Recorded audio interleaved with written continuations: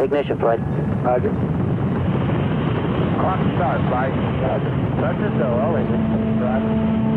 Okay, throttle has... Men have been embarking on odysseys since the dawn of civilization. Okay, we're going one, Captain. In 1970, Captain James Lovell, commander of the ill-fated Apollo 13 mission, named his command module Odyssey. I decided to look up the definition of Odyssey, and it was indeed a long voyage with many changes of fortune. That it was, in spades. Houston, we've had a problem. We've had a main bus undervolt. You see an AC bus undervolt there, guide? The granddaddy of all Odysseys comes to us from 1,000 years before Christ. Translated to film in this old Kirk Douglas movie, it is the story of a mythical Greek warrior named Odysseus and his search for home.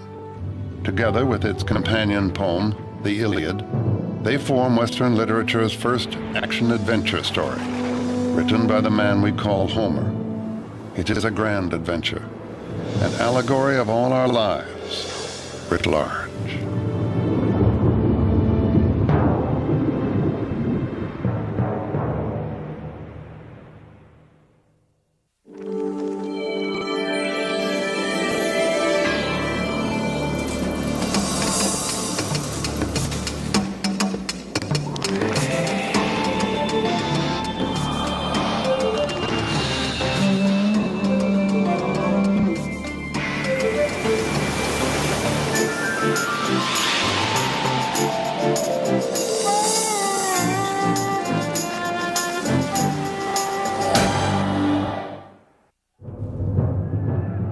We first meet Odysseus in the Iliad, during one of the most famous wars in history, the Trojan War.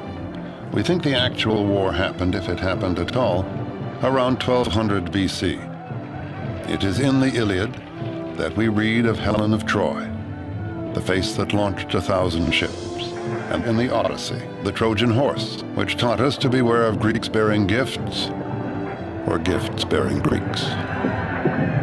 The warriors of the Iliad have left a legacy from the sublime to the ridiculous. Achilles can be found in medical books. Ajax is on every supermarket shelf. Names and images that have survived 3,000 years. These are the first stories we have in the West. And that means that if they're to last, and they have lasted for so long, they must be about virtually everything.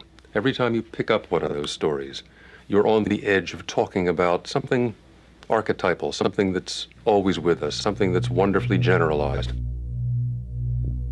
The Iliad focuses on the archetype of one sort of hero, Achilles. Powerful, straightforward, and terrifying, the professional soldier. It tells of Achilles' great hubris, or pride, his destructive rage when that pride is injured, and finally his death at the hands of Paris. The most complex hero of the Iliad goes on to star in the Odyssey. Odysseus, whom the Romans called Ulysses, was a different kind of hero. Odysseus was a draftee, brave, bold, a liar, and very, very human. You may remember that James Joyce wrote his great work, Ulysses, based on Homer, and when he was asked why he did it, he said it was because Ulysses was the only complete man in literature. He said that the other great figures in literature are not complete.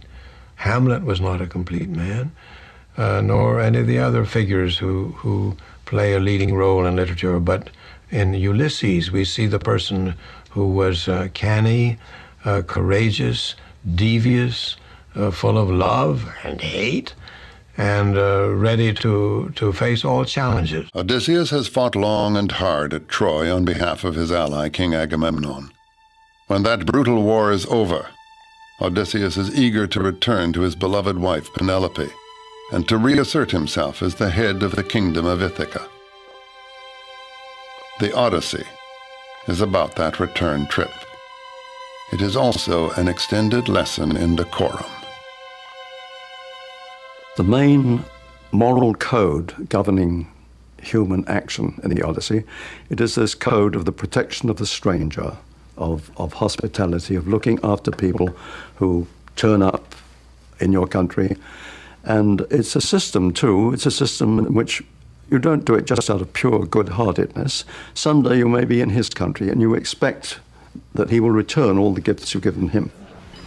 The same basic rules of hospitality persist today, but mostly as the polite conventions of, say, a dinner party. The guest gets fed. In return, he entertains the host. But back when civilization was just beginning to take hold, an offer of a meal could mean the difference between survival and death. If you are going to travel around on an Odyssey, there are no motels you can stop at, and there is the bargain of the give and take of hospitality. So there is the practical aspect of it. And then there is the moral aspect of it, which appears not only in Greek literature, but in practically every religious literature in the world, of the idea that you must be hospitable to people, you must take people in, you must share what you have. And it's made very explicit in the Odyssey. The return trip can be looked at as a series of tests, each one of which Odysseus has to pass to reach home. Odysseus' adventures, if we see them as tests, are much larger versions of the kinds of crises and problems and issues and adventures to which each of us is subject over the course of life. And we see him as someone confronted with problems which are really so much more intense than the ones you and I would ever experience. The voyage from Troy back to Ithaca should have taken Odysseus about 2 weeks. Instead, it took 10 years. What became a very bad trip started with a host's poor manners and a hero's mistake. A big mistake. After all, Odysseus was an epic hero. He and his crew came ashore on the island of the Cyclops in search of food, and find themselves unwanted guests in the cave of a Cyclops named Polyphemus. The wary Odysseus introduces himself using an alias, No Man. This witty AKA protects Odysseus, though not all of his men. Instead of having dinner served as they expected, some of them are served as the main course.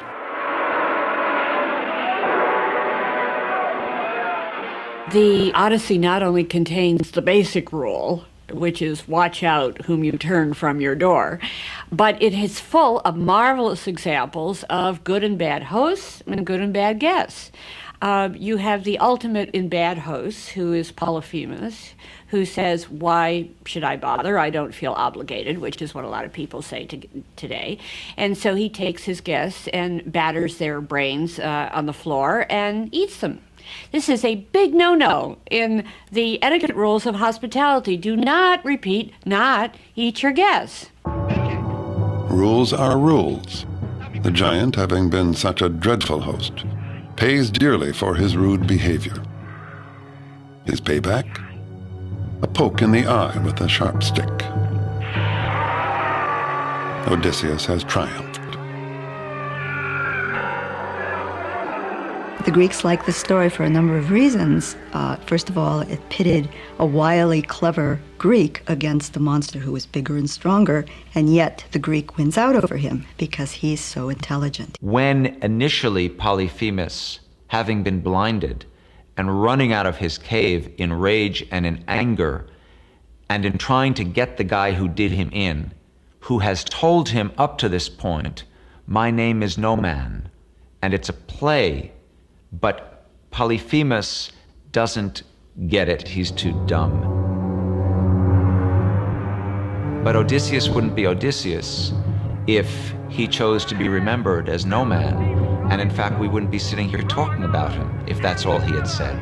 It's when he believes he's out of Polyphemus' reach that he yells back, the one who has blinded you, I am Odysseus, sacker of cities. Son of Laertes and king of Ithaca! The giant's father, Poseidon, is all-powerful in the realm of the sea. Polyphemus can't retaliate, but Dad can and does. Poseidon consigns Odysseus to wander the sea, and will send him through many a dangerous test. And so all of Odysseus' travails at Poseidon's hands, presumably, are a consequence of that need to say who I am. And I remind you in Greek, is ego, his ego, himself. And that is Odysseus. He is self, he is ego, he's the individual. This individual is going to have a long journey home. A Greek historian of the 2nd century BC mapped what he thought was the Odyssey's itinerary. It was a route that took Odysseus to 12 different destinations, including Egypt, Africa, and Sicily, and across thousands of nautical miles. Along the way, he would lose each of his ships and all of his men. Some ego trip. Myth is not mere fiction. Its origins lie in the efforts of early peoples to explain the world about them. Myth can be thought of as a form of history, or even an early stab at science. To the ancient Greeks, the supernatural deities who lived on Mount Olympus represented two things: the forces of nature, like water, wind, and air, and the nature of man, his desire, ambition, anger, and jealousy. And the gods not only reflected the world, they also shaped its destiny. The siege of Troy, which left Odysseus to embark on his monumental journey, is the direct result of squabbling among the gods. Not only do the gods set things in motion, but throughout the story they are never far from the action. In this all-star struggle, Athena, the goddess of wisdom and champion of Odysseus, could represent reason and civilization, while Poseidon represents raw emotion and the forces of nature.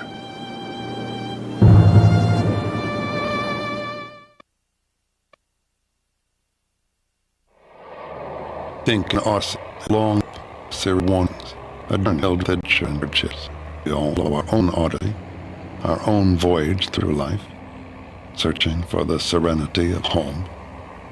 Homer evoked this human odyssey in a poem of 12,000 lines, the first known masterpiece. Sing to me of the man, Muse, the man of twists and turns, driven time and again off course once he had plundered the hallowed heights of Troy. Many cities of men he saw and learned their minds. Many pains he suffered, heart-sick on the open sea, struggling to save his life. Launch out on his story, Muse, daughter of Zeus. Start from where you will. Sing for our time, too. Who was Homer? No one really knows. The question has baffled scholars for 3,000 years. The poet who is thought to have created the Western world's first great works of literature is an enigma. Now, this guy Homer, did he write both? Or is there a Homer who wrote either? Or is it someone else who happens to be named Homer who wrote these books and not the guy we think? Or is it a compendium that somehow came together during a period that we then associate with someone named Homer? We call him Homer, but we know really nothing about him at all. There are all kinds of legends that he was a wandering schoolmaster who went around reciting his poems. He may even have been a woman. That's what Samuel Butler suggested.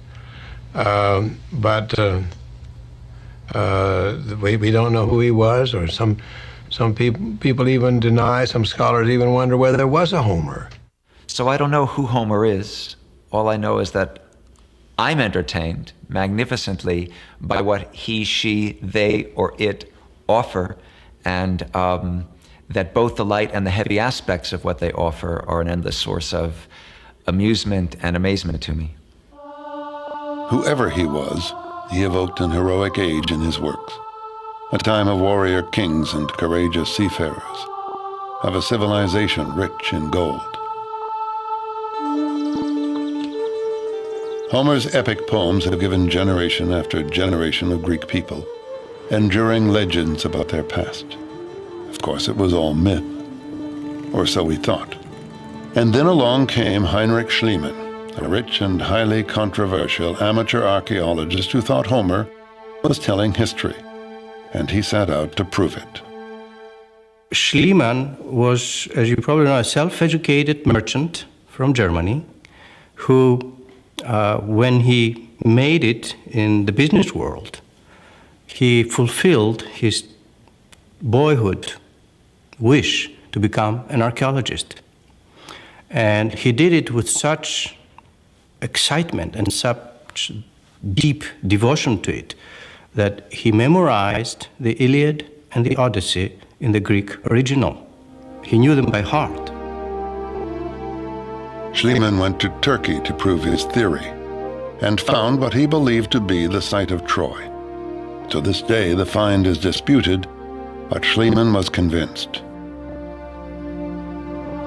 Next, he traveled to the Greek mainland, to the site of the ancient civilization at Mycenae, purportedly home of the legendary king Agamemnon. Schliemann began excavating just inside the city walls, looking for royal burial tombs. Months later, he struck gold, unearthing 30 pounds of delicate artifacts. Among them, a mask he claimed was the mask of Agamemnon. He had wonderful success at Mycenae. In fact, at Mycenae, I believe, was his biggest success, because he found the only intact royal burials that we know. Almost overnight, he made every academic person who did not believe the stories of Homer rethink the question of historicity in Homer. Schliemann had discovered evidence of a highly developed, warfaring Greek civilization that flourished between 1550 and 1100 BC, the Late Bronze Age. At the height of their influence, the Mycenaeans were established in what is now Sicily, Turkey, Egypt, and northern Greece. It was a rich and powerful civilization, but it ended abruptly. We aren't sure why. We only know that by the end of the 12th century BC, the Mycenaean world had disintegrated. Even its primitive alphabet, what we call Linear B, was lost. The experts suggest invasion, famine, or disease, perhaps a revolt. Some think economic decline inspired Mycenaean marauders to raid other lands and cities, and that the Trojan War might actually have been just 10 years of plunder. In any case, the storied fall of Troy coincided with the splintering and death of the Mycenaean Empire. There followed 4 largely unrecorded centuries, 400 years of darkness. What legends survived did so through a system of oral storytelling. Bards who memorized the tales added their own spin and sang them to audiences all over Greece. The rhythms and structure of music no doubt served as aids to the memorization of thousands of lines of poetry. The word is what ties us to the past, and of course, long before there was writing, mothers were talking to their children, and that was the beginning of the oral tradition. And the oral tradition, which was perpetuated by the bards, was something that that preserved the essence of the story and allowed embellishment to meet the expectations of every particular audience. We think Homer lived in the 8th century BC, 300 to 400 years after the collapse of Mycenae, when Greece was emerging from its long night. He was the greatest of a long line of bards, the one who took countless variations on the ancient legends and coalesced them into one great masterwork. It may be hard to imagine now, but Homer must once have wowed his audiences with poetry set to music that probably sounded something like this. For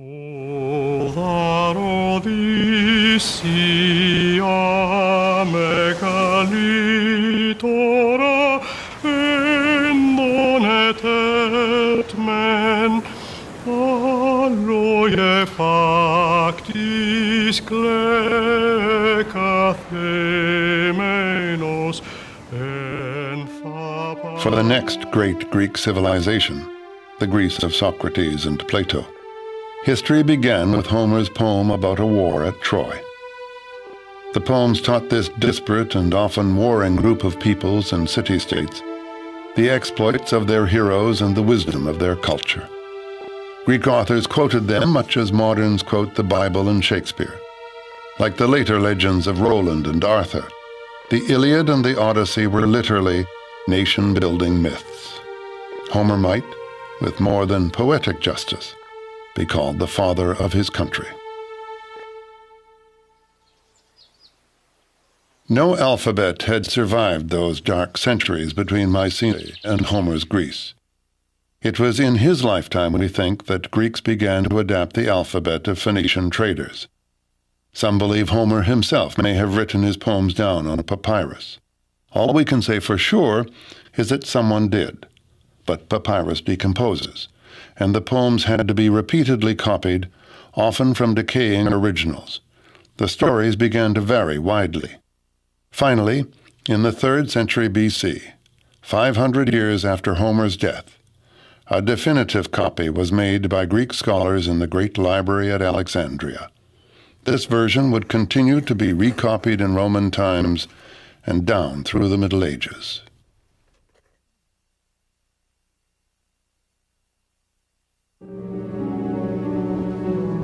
After years at sea, Odysseus wants desperately to get home, but Poseidon keeps him from succeeding.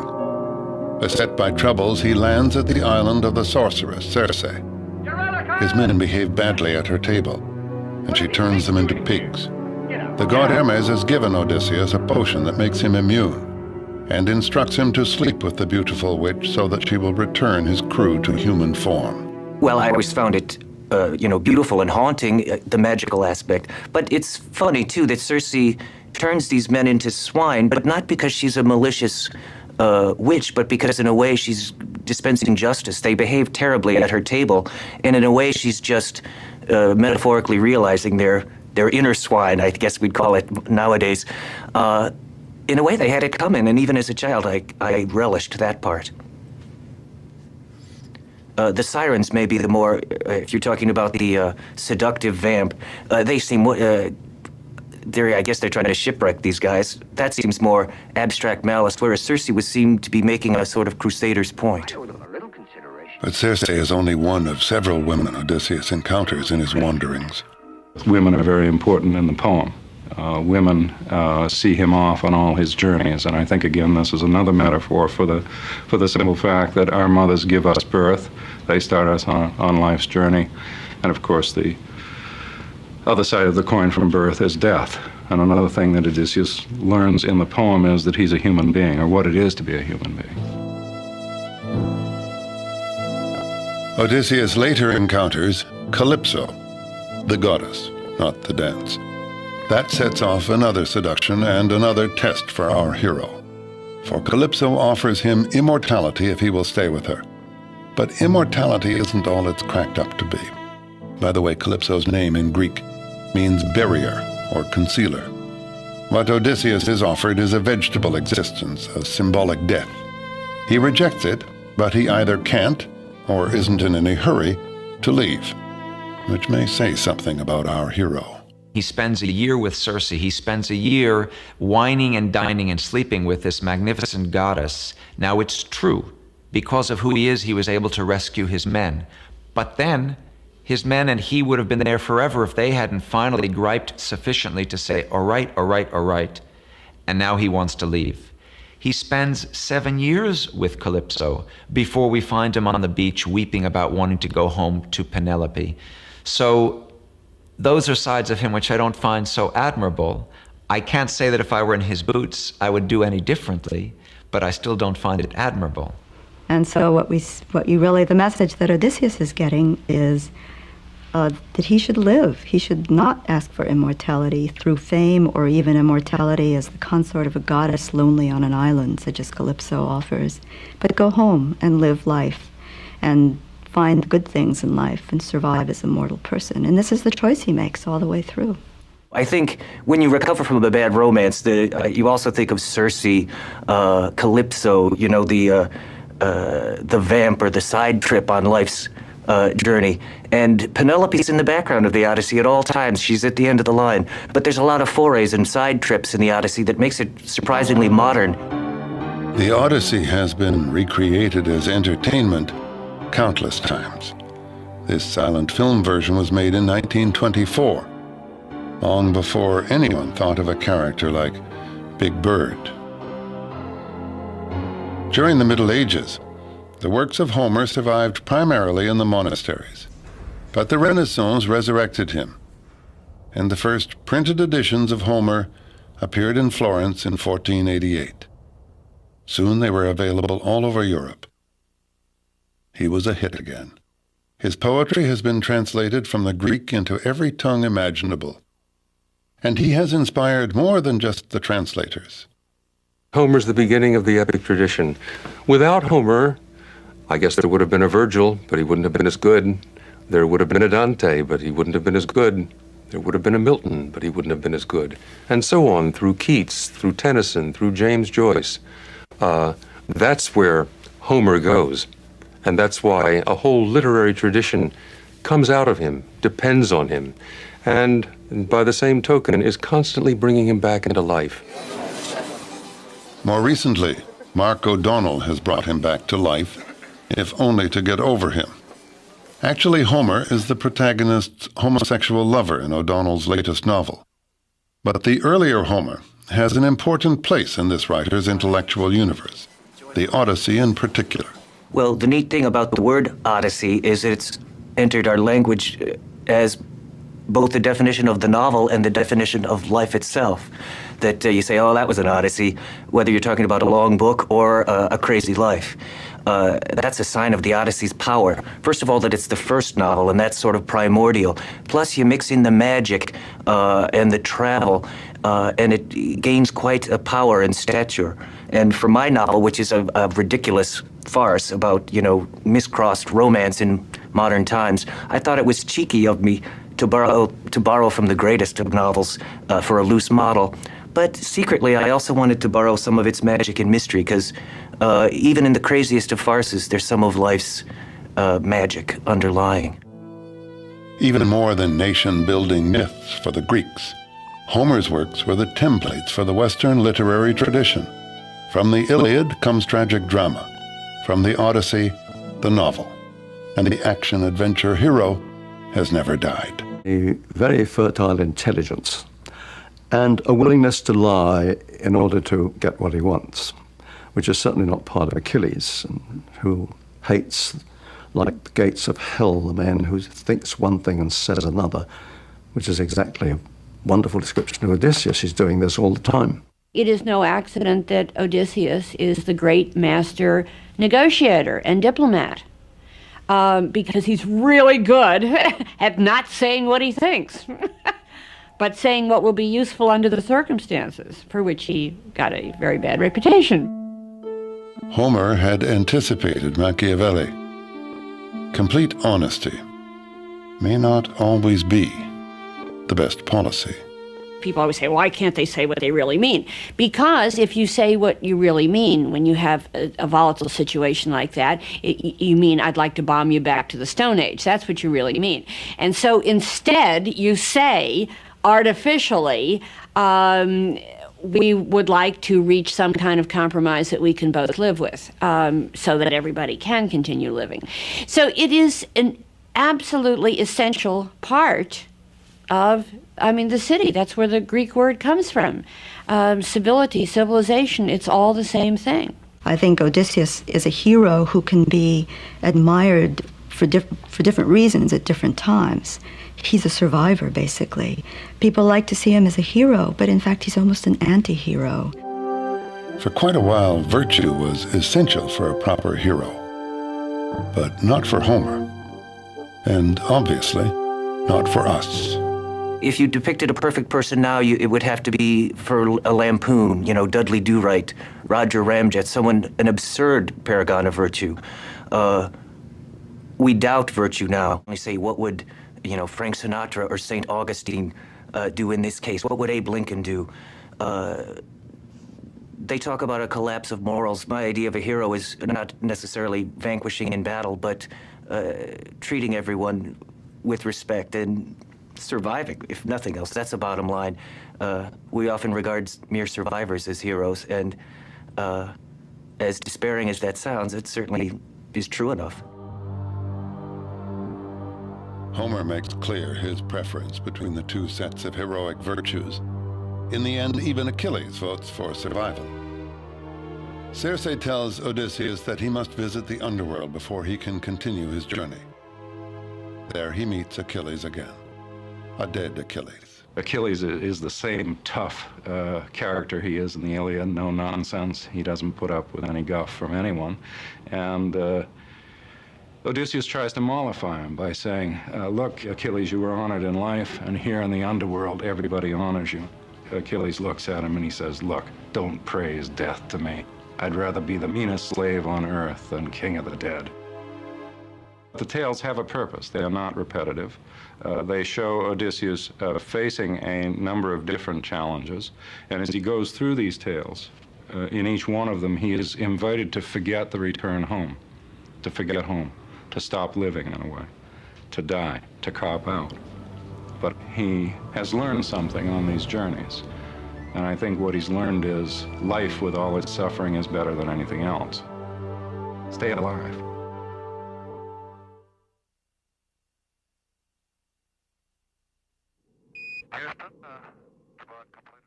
Let's make sure we don't blow the whole mission. Things were getting colder. We were not getting any sleep. The strain and the stress was slowly gathering on us. Now we're proceeding to... And of course, as we approached the moon, it got to be bigger and bigger and bigger. Going back up the Odyssey. This is my second trip out there now, and you know, not to land was a real trial, a mental trial for me. For Apollo 13, the moon had become a place they had to pass by. Just as in the Odyssey, the adventurers had to pass by the seductive sirens in order to get home. And we looked down at those ancient old craters as we skipped across. There is a tremendous drawing power. Just 60 miles below, you know, we could land and walk on the surface of the moon.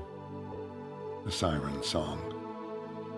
Odysseus is told to stop up his ears against creatures whose beautiful song lures sailors to their death. He has himself tied to the mast, so he can both listen and resist. The sirens became aware of the sea-swift vessel running by them, wherefore they clearly sang to us their song. Hither, come hither, O much-praised Odysseus. Come to us, O glory of Achaea. Bring your ship to land so you may listen to our voices. Never yet has any man in a dark ship passed us by without lending ear to the honey-sweet music of our lips, to go away spirit-gladdened and riper in knowledge. We know all that comes to be on the much-nourishing earth. My heart desired to listen, and I told my companions to free me. They bound me in further bonds and constrained me more. Very similar to the Odyssey and Odysseus, being so close, instead of tied to the mast, we're tied to the spacecraft, our only means of getting home. What the sirens offered is one of the big questions. It's been a conundrum since antiquity. It was a question that the Emperor Tiberius asked his grammarians, and they didn't know how to answer it. We do get part of the answer in the Odyssey. The siren song is given in part, and the literary interpretation is that probably they offered knowledge of what had happened in the past and what would happen in the future. This is a great lure to Odysseus. T-9. Who wouldn't want knowledge? 6, 5, 4, 3, 2, 1, 0. Ignition. Ignition, flight. Roger. Liftoff. Apollo 13's change of fortune meant its crew never reached their destination. Looks good here, flight. Good agreement. But like Odysseus, they learned something about themselves. And like Odysseus, they were on the adventure of their lives. Going back up the Odyssey. How do you look? Well, that's good, fine. We'll do it. Okay, start up. We're go, flight. Looks good here. I think we are all somewhat explorers. I mean, we all have that fascination about doing things, whether it's in our fantasy or whether we actually do things. Guidance. Go, guidance. We've had a hardware restart. I don't know what it was. Okay. Houston, we've had a problem. Okay, Houston. Life would be rather dull if you didn't have some exploration, some adventure, something that you could look back on and say, I really enjoyed that, or I got by it okay, or I never expected that I'd have the courage to do what I did.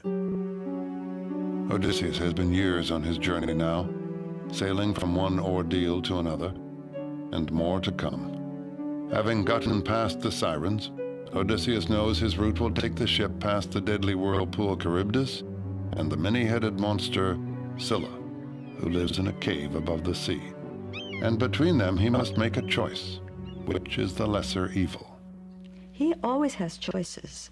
He has the choice of going past Scylla or taking the route of the whirlpool, and he's been told that if he takes the whirlpool, it's most likely that the whole ship will be destroyed and sucked down into this terrible Charybdis. On the other hand, he knows that if he goes past Scylla, he will lose 6 men.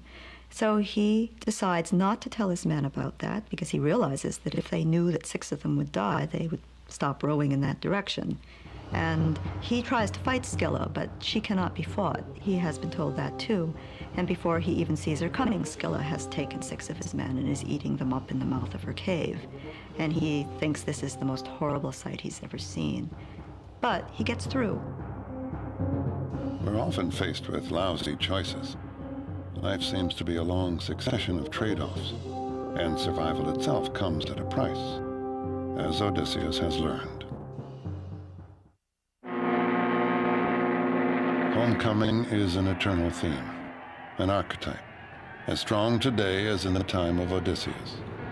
The theme of homecoming appeals to everyone.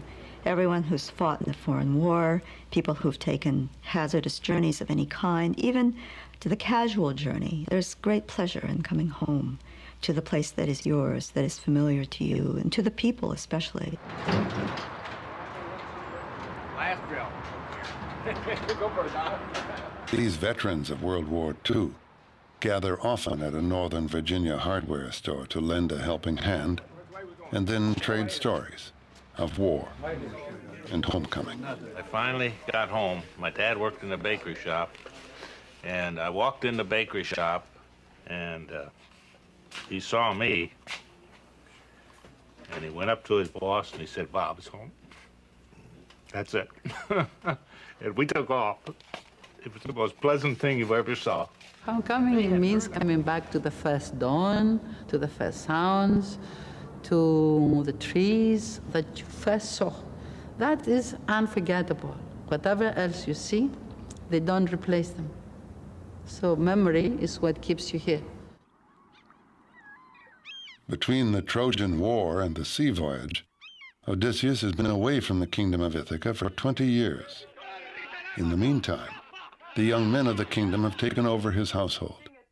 They are demanding that his wife, Penelope, give her husband up for dead and marry one of them. But Penelope has stalled them. She says that when she completes the shroud she is weaving, she will marry.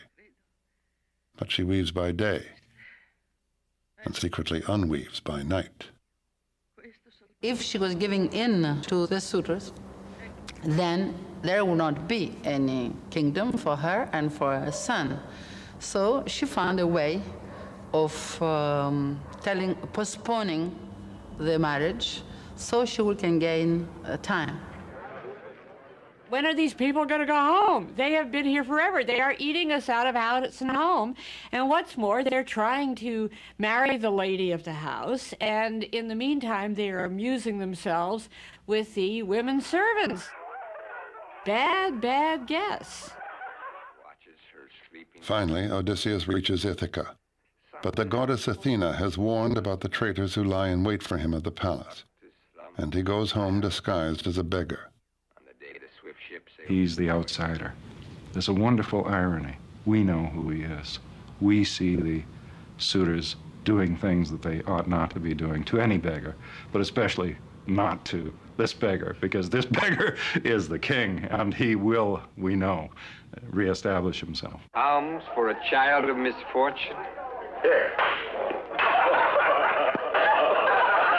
So there's a kind of tension that builds, and we wonder how Odysseus is going to achieve this, because he's all alone, one man against 100+ suitors. How's he going to do this? The queen! The besieged Penelope finally proposes a contest to the suitors. She will marry the man who can string the bow that belonged to her husband and shoot an arrow through a dozen axes.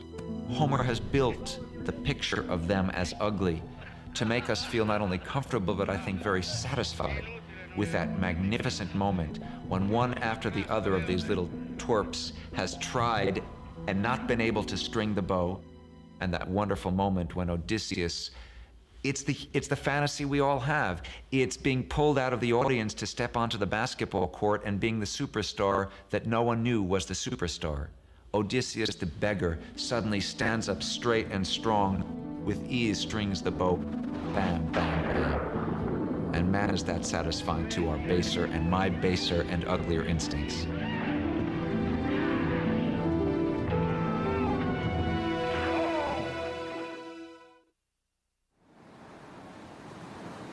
The tests are over, at least for now. And for the first time in 20 years, Odysseus and Penelope embrace. Really home at last. That's not icing on the cake. That's the very cake itself. That's the very substance of the poem. That coming back to home, coming back to earth, embracing it, and finding that's where one has begun and where one wants to go ultimately. So joy is now to her the sight of her husband vivid in her gaze, that her white arms embracing his neck would never for a moment let him go. Dawn with her rose-red fingers might have shone upon their tears, if with her glinting eyes Athena had not thought of one more thing. She held back the night, and night lingered long at the western edge of the earth, while in the east she reigned in the dawn. While in the east she reigned in the dawn. But now, if the Odyssey is life, can the still living Odysseus be finished with his struggle? Not quite.